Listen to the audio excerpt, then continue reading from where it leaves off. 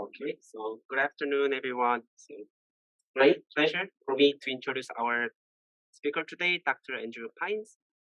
So Andrew graduated from the Mayo Clinic College of Medicine in Arizona and currently training as a research track psychiatry resident at Birmingham and Brigham and Women's Hospital in Boston.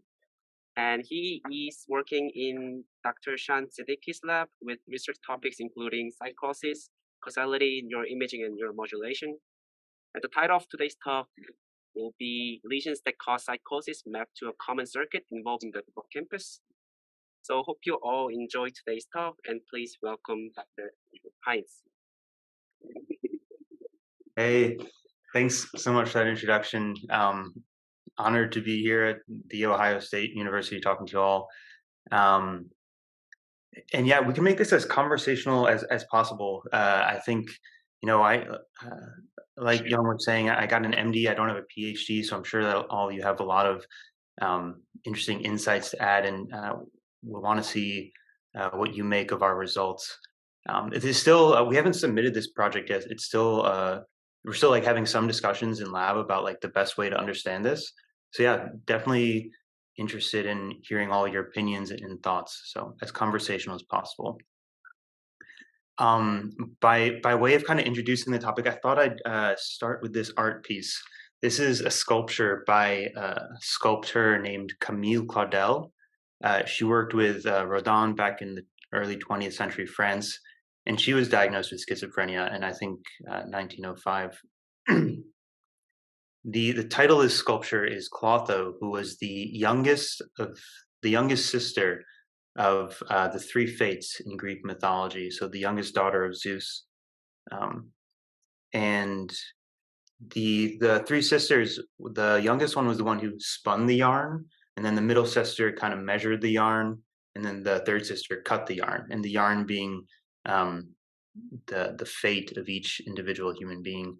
So I thought there was something poetic and interesting about how this sculptor seems like burdened and beleaguered by the yarn, and her hair that's kind of like also this yarn that could be the yarn of a narrative of someone who has psychosis, the delusions that can burden them throughout life and prevent them from finding joy and happiness in a lot of ways. And also the idea of something about the disease being fated.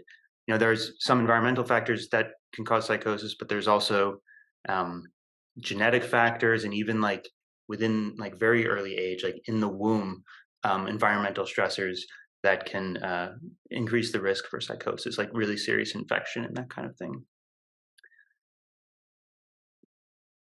So I work with Dr. Siddiqui and a number of other people in the Center for Brain Circuit Therapeutics. One of the common ways that, I should say, one of the study designs that was pioneered by Mike Fox and some other people from this lab is lesion network mapping. So just wanted to, as brief introduction, I want to go over the background of the theory behind how we do this. The idea is that a lot of neurological anatomy is, the foundation for some of this knowledge is through lesions. Someone gets a lesion in one area of the brain, and then they have some certain symptom, and then you notice that everyone who has lesions that cover that area of the brain presents with the same symptom, and you think, okay, this area of the brain is responsible for this symptom. There are cases, though, that people have very similar symptoms where they have lesions in different areas of the brain. And, one of the theories in how to understand this is maybe the functional unit that's responsible for the symptom is not one specific area of the brain, but a connection between different areas of the brain. So a few different ways to measure these connections are through anatomical connectivity, here shown through diffusion tensor imaging, and also functional connectivity. The advantage of functional connectivity being that you can look at polysynaptic connections, regions that might be separated by more than one synapse, but do metabolize oxygen at the same time. So we decided to look at psychosis through this lens and see if we found lesions that identified as being causal of psychosis if they could map to a common circuit. We did this. We did this through a big literature search, looking for the search criteria were symptoms of psychosis and also different types of lesions. It's kind of a busy slide. I think there's a lot of like exclusion criteria. The one I wanted to point out was that the relationship of causality with these lesions. The idea being that if someone presented to a clinic and had psychosis or was diagnosed with schizophrenia, and then was just like incidentally found to have a stroke that might have been 5 years before, might have been 10 years before, those were excluded. And we also excluded all cases of someone who had previous symptoms of psychosis, even brief psychotic disorder. Really, to include them in our criteria, they had to have imaging findings that were acute. So there's like a sequence in MRI called ADC, where you can tell if the lesion has happened within the past 72 hours, or if they had clean brain imaging showing that there wasn't that lesion within the past year, and the psychosis had developed in that time period. So we ended up including 129 manuscripts total, and because some of the manuscripts had more than one lesion, there's 148 total lesions. So the symptoms of psychosis, I'm not sure. I've heard that you're all psychology and RA PhD, so you may already know this, but just wanted to briefly go over the symptoms that we included in psychosis, and how they were spread out through these lesions. We had a pretty good spread between visual and auditory hallucinations and delusions, and a few less with thought disorder. They weren't described as often in these case reports. Thought disorder being, someone who connects thoughts or connects their speech through ways that are not, linear, logical, or reasonable, and maybe they use rhyming, or maybe they're tangential, or maybe they just have kind of a flight of ideas when they're speaking. About half of the subjects that we in our total cohort had only one symptom. And I say this because in patients with psychosis, a lot of times they don't just have one symptom. In fact, it's definitional that they don't have just one symptom. And among the cases who had only one symptom, that was pretty evenly spread between visual, auditory, and delusions. And then again, a few less for thought disorder. I think another important thing we want to point out was that 56 of the 148 cases we looked at, the authors described the symptoms and said, hey, this really looks like schizophrenia, which I think is important because we're trying to understand, it's not just auditory hallucinations, not just visual hallucinations we're looking at, but we're really trying to understand why some of these things come together in a syndrome such as schizophrenia. So once we took these lesions, we reconstructed them onto a common template from the way from the images that were shown in these case reports and case series. And once we had them on a common template, we ran them through the YA1000 connectome to see the average functional connectivity for each of these lesions. You see some examples of positive and negative correlations of bold signal to each of those lesions there. We then ran a sensitivity, what we're calling a sensitivity test on these 148 lesion network maps. And this consisted of the overlap or the convergence between a one sample t-test and the overlap of the different lesions. So all of these lesions in the second column, we set them to a threshold of T of 7, and greater than 70% of them had to overlap at that threshold in order to be on this sensitivity. And then also a T of 7 on the one sample t-test of all the lesions. So the convergence of those two is what we're terming the sensitivity portion. We also did a specificity test, and this was against 490 control lesions. And what we defined as control lesions were there's a set of consecutive strokes taken at the MGH that were all mapped out, causing all kinds of symptoms, most often motor symptoms. So we did the two sample t-test against these control lesions and used the Bonferroni correction method to get this result. So our primary result is was the convergence between this sensitivity and specificity map. And I have a bigger image of this on the next slide, so you can see it a little bit better, but wanted to see if there's any questions at this point about this method that we used.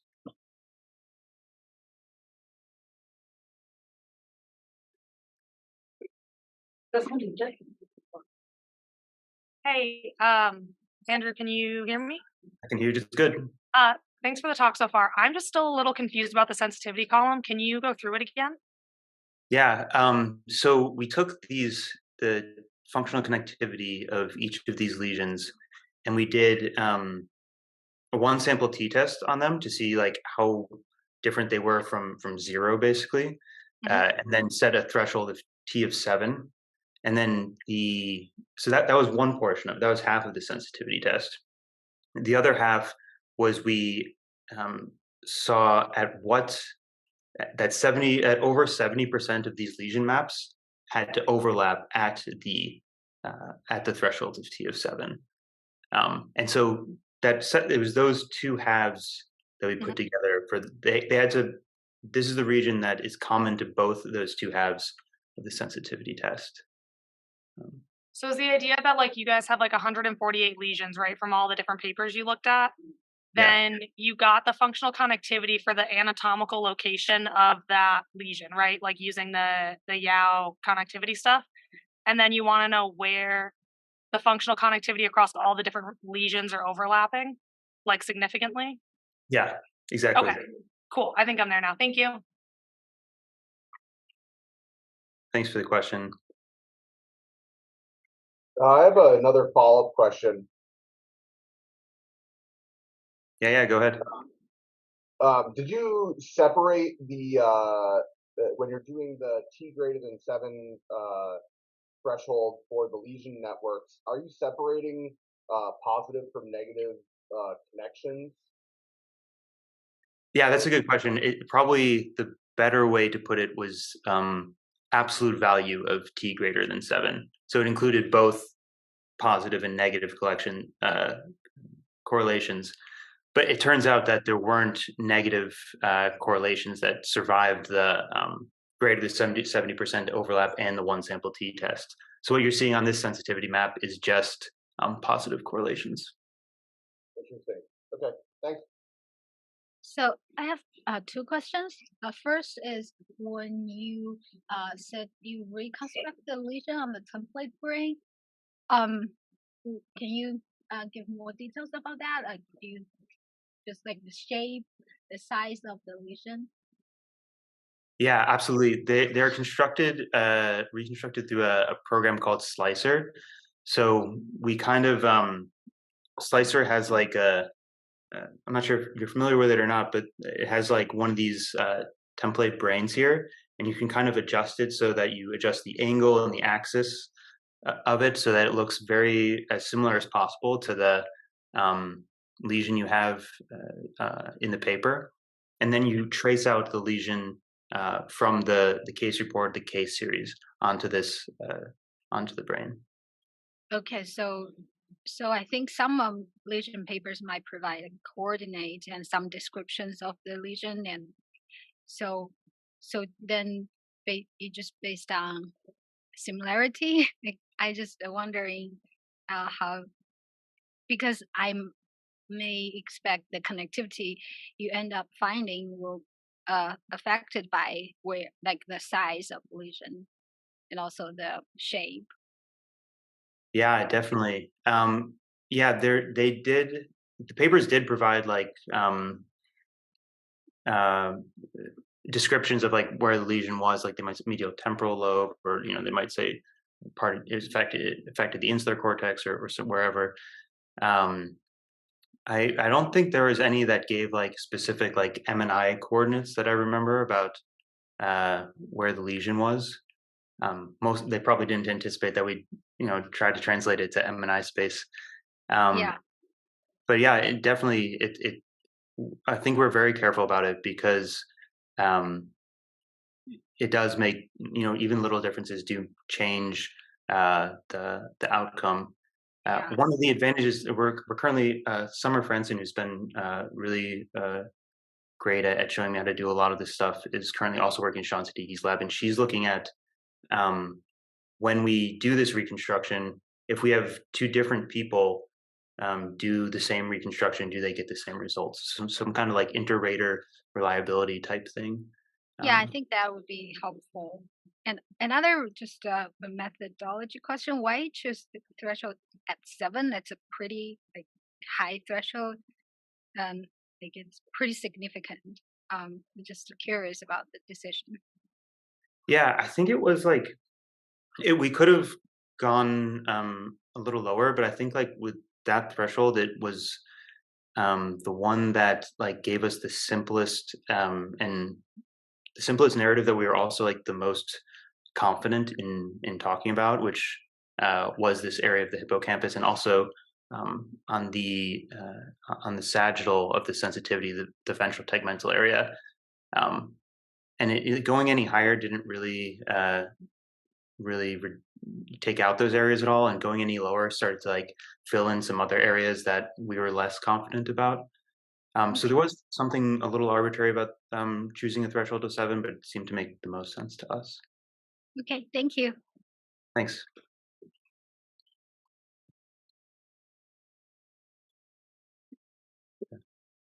I'll move on to the next slide. These are great questions. Really appreciate it. So this is just to refresh your memory, the convergence of the sensitivity and specificity just blown up a little bit. The sensitivity was the one sample t-test with the threshold of 7, and also the lesion network overlap with the threshold of 7 were greater than 70% of the lesions overlap there. And the specificity, the 2 sample t-test that was Bonferroni, that was corrected with the Bonferroni method. So when we looked at this region, we used an atlas, and it seemed to correlate most closely with the subiculum area of the hippocampus. So this is our primary finding from this study, was that lesions that cause psychosis seem to be functionally correlated with this area of the hippocampus in the subiculum.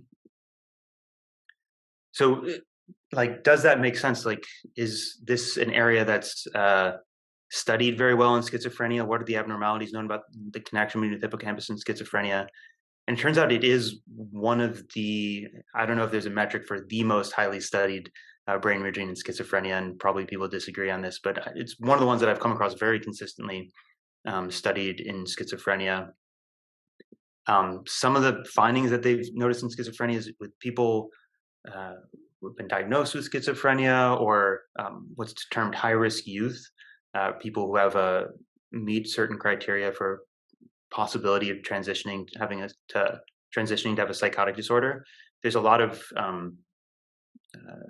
gray matter reduction, and interestingly, some studies show that there's gray matter increase in areas in the basal ganglia, but the hippocampus is most commonly reduced, and sometimes the most reduced, in some studies, the most reduced area of all the gray matter losses in patients with schizophrenia. There's also abnormalities on PET, both during active hallucination and also at rest. And even there's decreases in memory recruitment or in hippocampal recruitment in patients with schizophrenia who are supposed to perform tasks that should recruit the hippocampus, like memory recollection. There's been shown to have increased cerebral blood volume flow, which is a marker for metabolism and thought to increase oxidative stress in patients with schizophrenia. And then there's also decreased connectivity between the schizophrenia, between the hippocampus and areas of the basal ganglia as measured by resting state fMRI. So we also wanted to include, there's a couple findings that were sensitive but didn't show up on the specificity test. We wanted to put this in as a secondary finding because it could be that if we're looking at things that are connected in a circuit, it could be that the hippocampus is connected to another area that's just commonly affected in or commonly hit in many types of strokes. And that doesn't mean it's not part of the circuit, but it would mean that it's not as specific to a causal lesion of schizophrenia. So this is the sensitivity test by itself, and we want to point out that this area in the brainstem in the midbrain overlaps really well with the ventral tegmental area. And then, and I'll get into if that makes sense in just a second, but want to point out a couple other things on the sensitivity test. On a different slice of the brain, there is there's a point that kind of borders between the anterior thalamus and the medial dorsal thalamus, and that increases as you take down the sensitivity to less than 7 to really cover both the anterior and medial dorsal thalamus. And also there's all this other stuff kind of at the the connection of the temporal lobe to the insular cortex. And I'll discuss this in a later slide because I think there's some other findings we have that help explain some of these things. So that might have been a lot at once, but back to the ventral tegmental area. Does that make sense? Why would the ventral tegmental area be involved in these kind of in some psychotic disorders? And yeah, indeed, the ventral tegmental area and these two, this is a slice on histology of the midbrain in the brainstem. The ventral tegmental area and the two areas of the substantia nigra are what are responsible for making dopamine in the brain.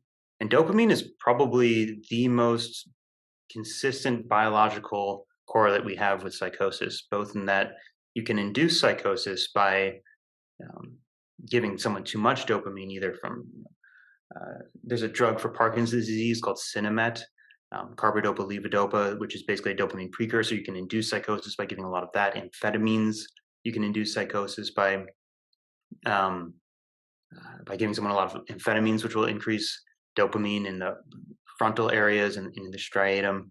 And then the way that we treat psychosis, the primary action of almost, besides like clozapine and pimavanserin, like almost all antipsychotics, is blocking dopamine. So the way that we treat it and the way that you can induce it are both through increases or decreases in dopamine. So the ventral tegmental area does make sense that it would be involved in this in a psychotic process. And this is just because brainstem slices are kind of like flipped the other way. This is just flipping it back the way that you might be more used to seeing it. So does it make sense between the subiculum and the ventral tegmental area? And this is still this is something that's still being studied, but there have been this specific circuit between subiculum and ventral tegmental area has been hypothesized to be involved in schizophrenia, before. In rodents and monkeys, this specific circuit has been shown to be activated during when they're seeing novel things, when they're exposed to novel environments. So the subiculum would both be necessary in order to produce a increased recruitment of dopaminergic neurons from the ventral tegmental area, necessary in that if you block the subiculum and you showed a mouse or a rat or a monkey something new, then they would not get the same kind of dopaminergic response than if you had not blocked the subiculum. And you can also, the subiculum is also sufficient to produce this response, and that you don't have to show them anything new. You can just induce the subiculum with an NMDA agonist, and it will create this influx of dopamine from the ventral tegmental area, this increased recruitment of dopaminergic neurons from the ventral tegmental area. And here are some of the papers showing that. So one of the other questions we had was, is this a result of the focal hippocampal lesions? Did we just have a lot of lesions that hit the hippocampus in this cohort, or is this something that really is a circuit? So the way that we investigated this is we identified which lesions were touching the hippocampus based on the brain connectome atlas over here in the second column. And we took out the lesions that were directly touching the hippocampus, which ended up being 27 of our 148 lesions. And so we were just left with the lesions that were not touching the hippocampus. And we took the functional connectivity maps of those lesions and reproduced the same sensitivity and specificity tests that we had in our initial analysis. And if you look really closely, highlighted in blue there, the hippocampus is still the peak area in the specificity map, and next to the ventral tegmental area, the second peak in the sensitivity map. So even though all of the lesions that directly touch the hippocampus were now taken out of our cohort, we still reproduce the same peaks in the hippocampus, leading us to think that, and this is the convergence map without the hippocampal lesions. So this led us to think that this was indeed a circuit and not just representative of focal hippocampal lesions. And I have a little Mario Kart gift to help. I'm from the 90s, so like I really love Mario Kart. Helps remind me of a circuit, you know. So we also wanted to see, like, because of the heterogeneity of psychotic symptoms, how many of these lesions and these lesion network maps were outliers to the result. So the way that we investigated this was a leave one out analysis where we left each lesion out. So what we did is we took each connectivity map and correlated it with a connectivity, with the one sample t-test of a connectivity map generated by the other 147 lesions. So for lesion 1, we did a one sample t-test on lesions 2 through 148, and then what was the correlation, determine what was the correlation between those two maps. For lesion 2, we did one sample t-test on the lesions 3 through 148, and correlated those two, and so on, all the way down to 148 lesions. And this is the graph we got as a result. So you'll see on the x-axis the correlation value, and the y-axis the number of maps that were at each correlation value, and then on the dotted line there would be 0, which would be no correlation. So the majority of maps did tend towards the side of reproducing the functional connectivity map that was made by the other 147 lesions, but there were a few over on the far left side that were even like close. There's like less than 5 that were close to the inverse of what of the maps generated by the other 147. So it's one of the things that we haven't done yet, but we're hoping to look into and see, you know, was there something different about the symptoms these patients were experiencing? Was there something different about the type of lesion, or really how to make sense of those, you know, 5 or so lesions?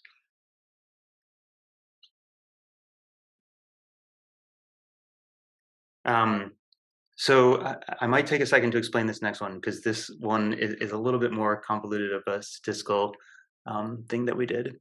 But we wanted to see, like, to what degree does each symptom category contribute? So we had them split up into auditory hallucinations, visual hallucinations, thought disorders, delusions. And we want to see, is this really being driven by all auditory hallucinations, by all visual hallucinations, etc. So we did a leave one out analysis with this, where we left each symptom category out. So these, on this slide, the 2 examples are auditory hallucinations, visual hallucinations. And then we did a one sample t-test between, actually maybe here, let's just start with the top part of the slide for the auditory hallucinations. So we did a one sample t-test of 2 separate groups for the auditory hallucinations, both the 66 lesions that did not have auditory hallucinations, a one sample t-test of those 66 lesions, and then also the controls that we got from the MGH cohort of 490 lesions that were just consecutive stroke admits. So we correlated with both the controls, and we correlated with the lesions that did not cause auditory hallucinations. And then that's the distribution of correlations that we got in between them. Did the auditory hallucination maps tend to reproduce the non-auditory hallucinations map on the very top line, or do they tend to reproduce the control map? And by 2 sample t-tests between these 2 maps, we found that they tended to reproduce the map that was causal of psychotic symptoms besides auditory hallucinations, rather than the MGH controls.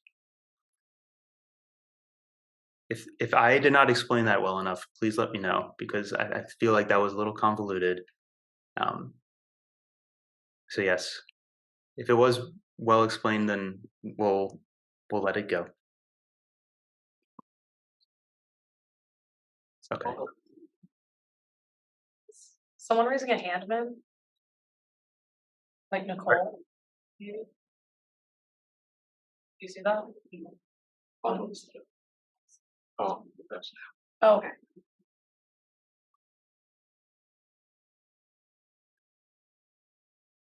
I couldn't hear. Oh, go ahead. Oh, I think we're good. Sorry, we thought someone had their hand raised, but they don't. You're fine. Okay, great. That's wonderful. So same thing with visual hallucinations, tended to reproduce the map that was created from the psychotic but not visual hallucinations lesions more so than the controls. We looked at the same thing with thought disorders and with delusions. Delusions tended to represent the non-delusional symptoms. Thought disorders did not come across as significant, and I've been trying to think about this. One reason is that there's only 17 of them, so it's a smaller N. And the other is it appears to be that it's like bimodal with the with how they reproduced the non-thought disorder psychotic lesions. So yeah, I'm not really sure exactly how to think about that. It might be another case where we have to look at, why is it that what were the few cases where they didn't reproduce the map, and just to try and understand those better.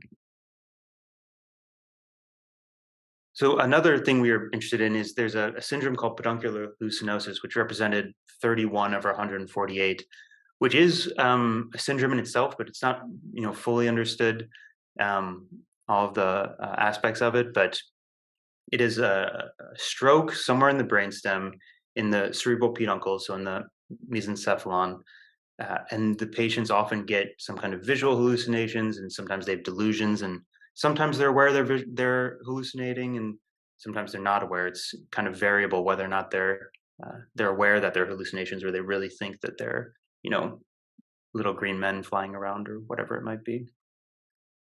And we also looked at when the cases where they were described, the patients were described as schizophrenia or schizophrenia-like, if these tended to reproduce the map that was similar to the map of lesions that cause psychotic symptoms, where the clinicians just didn't happen to say schizophrenia or schizophrenia-like. So in both these cases, they did again reproduce the lesion map.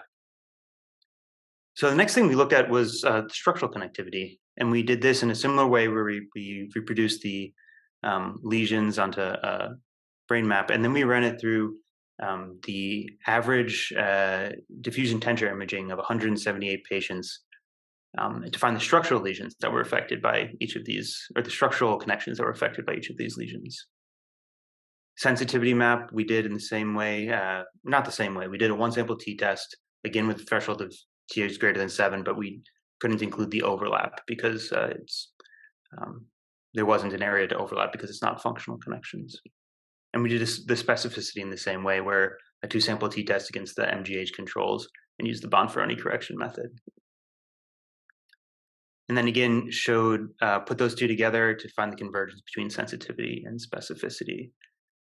And these are the structural findings that we got. The peak of these structural findings of convergence of sensitivity and specificity.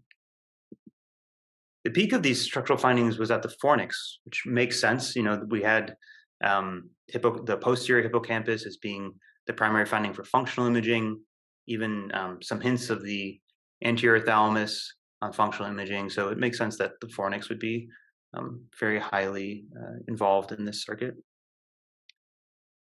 And there's some more evidence for the anterior thalamus with the anterior thalamic radiation in the internal capsule there. And then a couple other findings from the structural analysis in the uncinate fasciculus and the anterior commissure, and the anterior commissure being a bridge between the two temporal lobes. That does make sense. And in parentheses below each of those is just the atlas that we use to define each of those structures. So earlier in the talk, I had circled these areas with little blue circles and said we would talk about them later. These were some of the areas on the functional sensitivity map that we didn't really know how to explain until we got the results back from the structural connectivity. And it turns out that the results from the structural connectivity actually overlap quite a bit with some of these things that we had difficulty explaining: the anterior commissure, the uncinate fasciculus, even areas of the anterior thalamic radiations. So even though we typically think that functional imaging would show us gray matter instead of white matter, maybe with these, with the increased sample size, 148 cases, there was some prominent white matter lesions or white matter tracts that did show up as significant. One of the things we were wondering about is, there's been hints kind of the whole time about aspects of the anterior or medial dorsal thalamus being involved in this circuit, with the findings on functional imaging of anterior that could correspond to anterior thalamic radiations, findings on functional imaging, especially when you turn the sensitivity down, that just straight overlapped with the anterior thalamus and medial dorsal thalamus, and then findings on the convergence of the structural imaging of the anterior thalamus. So it's something we're still thinking about, is that maybe there's anterior thalamus, medial dorsal thalamus involved in this circuit. So this is a summary slide. Our primary finding that on the functional imaging, the posterior hippocampus, most overlying with the subiculum, is both sensitive and specific to lesions that cause psychosis. Sensitive but not specific is the ventral tegmental area producing dopamine, the anterior thalamus, and the medial dorsal thalamus. And then on the structural imaging, that's both sensitive and specific, we found the fornix, anterior commissure, anterior thalamic radiation, and uncinate fasciculus. So as for next steps, the first thing that we want to do is the RPDR is like the Research Patient Data Registry here at Mass General Brigham. We are looking through it right now, and we got a cohort back of that we still need to parse down quite a bit, but right now it's like 390 patients. We want to replicate, these are cases that have had, we want to find which ones of these cases had lesions that were truly causal of psychosis. So right now we got the patient data set back of lesions that could possibly be causal of psychosis. We need to go through them and find which lesions are really causal of psychosis and see if this replicates the same circuit that we found in this data set from the literature review. We also want to investigate, between auditory hallucinations and visual hallucinations and delusions, are there different areas that are affected, or is there not sufficient specificity between these regions to determine, what's going to cause delusions and what's going to cause auditory hallucinations? One of the really interesting things is I'm working with a PhD student, or she's a PhD graduate, Garance Meyer. She's in Andy Horan's lab, and she's done a great job of finding cases of deep brain stimulation that have either caused psychosis or ameliorated psychosis.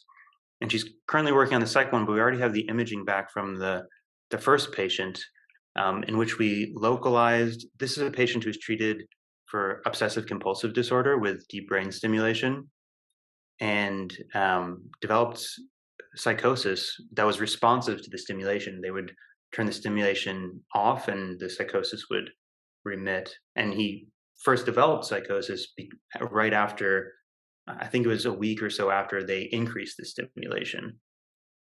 And when this is just the first case, so there's still a lot of analysis to do and trying to find which fibers are specific to our circuit and what fibers would not, what fibers are more normally hit by people who don't have psychotic symptoms. But it does look like the the electrode on the patient's right, so on this picture on the left, does intersect with our circuit right there at the anterior commissure. So it's hopeful evidence that we did find something real in this circuit, given that deep brain stimulation in this patient at least seems to be causally related to this patient's episodes of psychosis. So with that, I want to say thank you to everybody in this lab. Sean Siddiqui's been, my primary mentor, and he's been wonderful. And also Summer Franson. Everyone here has really been great. And a special shout out, obviously, to Mike Fox, who's the director of this lab and has put together such an amazing team to have like such cool and interesting conversations and people to talk to. There are a couple more slides and findings we have that could be like interesting to share if we have time. But yeah, I want to see if there's questions and conversation topics.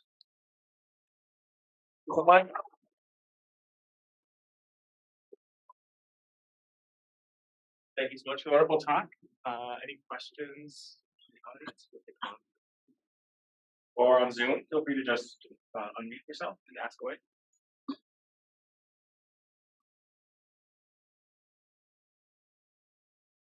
Okay, well, I'll start. So you talked about you ran an analysis comparing would these results still hold that area of interest in the hippocampus if you only examined those that had lesions that didn't touch the hippocampus, right? And you found that it did still hold, there were still some connectivity. I was wondering, did you look at the symptoms of those people with those lesions that didn't touch the hippocampus and compare those with those that did have lesions that touched the hippocampus? Oh, that's interesting. Yeah, we did not. Yeah, that's a really interesting point. Yeah, I'll have to try and look at those lesions.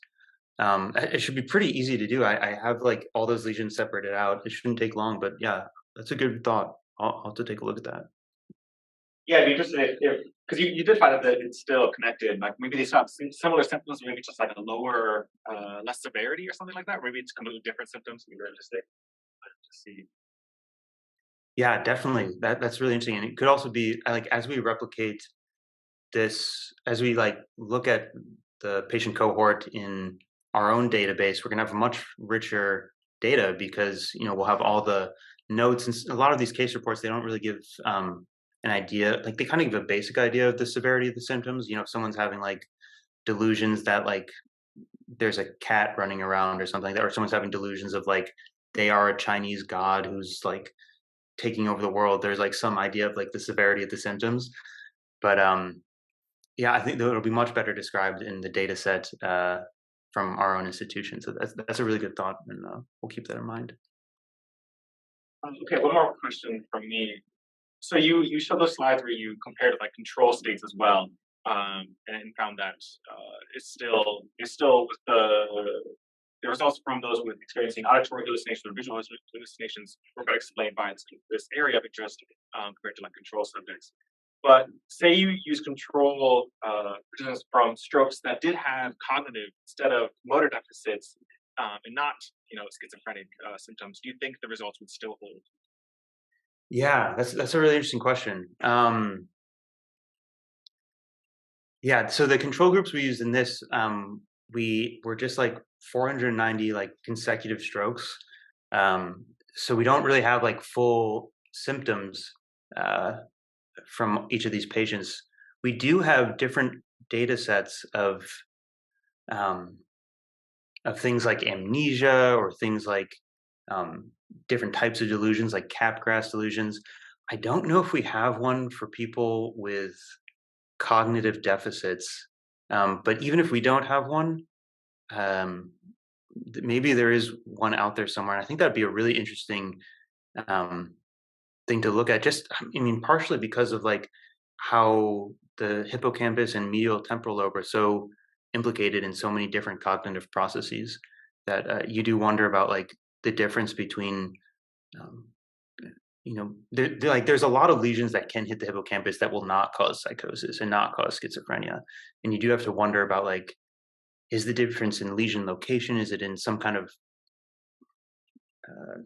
substrate that's not really measurable on MRI? It's a really good question and something we're thinking about. Awesome. Well, we just have a couple minutes, and so I'll be just with the extra slides if you want to present those. Sure. So I'll go through them relatively quickly because these slides are kind of like exploratory analyses, things that I kind of just did for fun. I don't think we're probably going to include them in the paper because I don't know if we're really asking questions that could be like that we can get definitive or meaningful answers to. But one of the things we looked at was like this PhD from Canada, Justine Hansen, put out a meta-analysis of different PET maps. And so we were looking at, within this specific and sensitive region of the hippocampus, what are the what's the distribution of neuroreceptors there?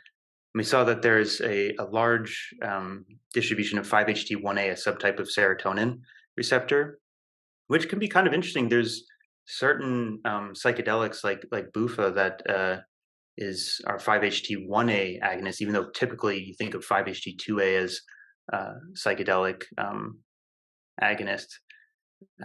And also, 5-HT2A can be like a target for clozapine and other antipsychotic drugs. But this is kind of an interesting idea that how to understand the relationship between neuroreceptors and these circuits. We're just not really completely sure like how to really define to say like how to define like a meaningful question from this data and what we can answer confidently. We also looked at gene expression in the different maps using the Allen Brain Atlas.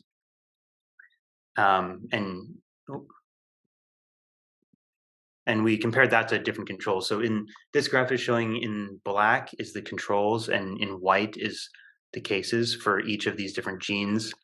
We're still trying to understand how to understand this data. It looks like the most significant difference between cases and controls was in the GRIN2A gene, which is responsible for a portion of the NMDA receptor, which is another really interesting connection with psychosis. I'm not sure if you're all familiar with NMDA receptor encephalitis, but it's a certain disease, antibody disease, autoimmune disease, really only discovered in like 2008, where the patients have a lot of the symptoms of psychosis and are practically indistinguishable from psychotic patients, except that they might have a seizure at the onset of their disease, or they might have some movement abnormalities, some like focal neurological abnormalities. And this is these receptors, the most consistent imaging finding is hyperintensity in the mesial temporal or hippocampus. So it's another really interesting connection with the hippocampus and NMDA receptors. And Clemens helped a lot with that. And then finally, I know I'm over time. So just briefly, we looked at like the distribution of different functional networks for these sensitivity and specificity maps. And it tended to be more in the higher order networks like default and limbic. Thank you all for your time. And thank you so much for your questions and listening to me talk to you all. All right, well, thank you. Well, thank you, speaker, one last time.